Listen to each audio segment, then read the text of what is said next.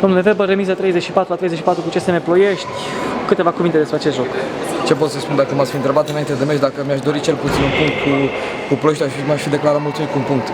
Având în vedere parcursul jocului, sunt nemulțumit că am pierdut cele 2 puncte, dar să nu uităm că am jucat cu Ploiești, o echipă care are în componență vicecampioane mondiale acum 2013 pe Dimitrovic, care este o jucătoare de superclasă, Tivadar, Bozovic, Șuțca pe pivot, poartă extraordinară Tatalovic, care în a doua repriză și-a făcut foarte bine treaba.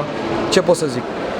Mă bucur de acest punct, pentru noi orice punct contează și mă bucur că am dus 60 de minute în condiții care n-am avut schimbări. Am jucat 60 de minute cu aceeași formulă de joc, n-am schimbat nimic, am avut câteva inexactități în apărare care ne-au costat mult. Ce s-a întâmplat în repriza a doua în primele 10 minute? Ați avut avantaj de 7 goluri, l-ați pierdut în 10 minute. Au fost câteva greșeli pe atac și ne-au prins foarte bine, pentru că în 5 minute au recuperat 4 goluri.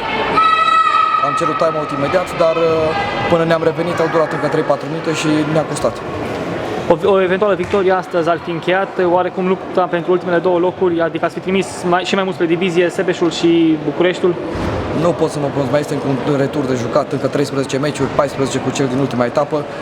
Ce pot să zic? Suntem acolo. Mi-aș fi dorit să câștigăm astăzi. Asta este tot ce îmi doresc, dar felicit fetele pentru mediul în care au luptat până la capăt și sper să avem aceeași atitudine și la Slobozia. Credeți că cu astfel de prestații puteți avea emoții în ceea ce privește retrogradarea? Nu, nici nu vreau să mă gândesc la retrogradare. Eu vreau să terminăm campionatul pe locurile 9-10. Deci asta este targetul impus de conducerea clubului.